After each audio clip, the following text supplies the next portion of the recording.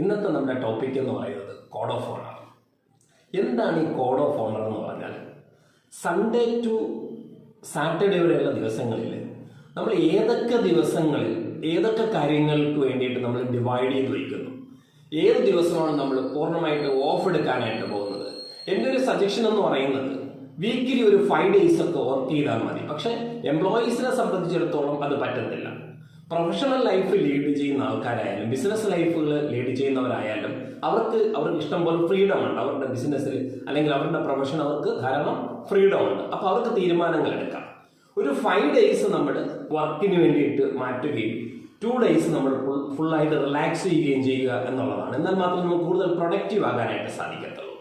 അപ്പോൾ ഈ code of order എന്ന് പറയുമ്പോൾ ഒരു ദിവസം രാവിലെ എണീക്കുന്നത് മുതൽ രാത്രി വരെയുള്ള സമയം നമ്മൾ എന്തൊക്കെ കാര്യങ്ങൾക്ക് വേണ്ടിയിട്ടാണ് ടൈം ഡിവൈഡ് ചെയ്യുന്നത്, ടൈം സ്പെൻഡ് ചെയ്യാനായിട്ട് ഉദ്ദേശിക്കുന്നത് എന്നത് വളരെ വ്യക്തമായി സ്ട്രാറ്റജിക്കലായിട്ട് എഴുതി തയ്യാറാക്കി വെക്കുന്ന ഒരു സംഗതിയാണ് നമ്മൾ എന്ത് പറയാം, കോഡ് ഓഫ് ഓണർ എന്ന് പറയുന്നത്. ആ ഓർഡറിലായിരിക്കണം നമ്മുടെ ഓരോ ദിവസത്തെ റൊട്ടീൻസുകളെല്ലാം നമ്മൾ മുന്നോട്ട് പോകേണ്ടത്. അത് ബിസിനസ് ആയാലും ശരി, പ്രൊഫഷണൽ ലൈഫ് ആയാലും ശരി. ഈ രീതിയിലുള്ള സെറ്റിങ്സിനെയാണ് നമ്മൾ എന്ത് പറയാം, കോഡ് ഓഫ് ഓണർ എന്ന് പറയുന്നത്. എൻ്റെ ഒരു സജഷൻ എന്ന് പറയുന്നത്, do not set hard rules in life. ഒരിക്കലും ഹാർഡായിട്ടുള്ള നിയമങ്ങൾ ലൈഫിൽ സെറ്റ് ചെയ്യാതിരിക്കുക. കാരണം നമുക്ക് കൂടുതൽ ബുദ്ധിമുട്ടുള്ള കാര്യമായിരിക്കും. അപ്പം അങ്ങനെ വരുമ്പോഴേക്കും നമുക്ക് കൂടുതൽ റിലാക്സ് ചെയ്ത് ജീവിതത്തെ എൻജോയ് ചെയ്ത് മുന്നോട്ട് പോകാനായിട്ട് സാധിക്കണമെന്നില്ല. Okay, thank you.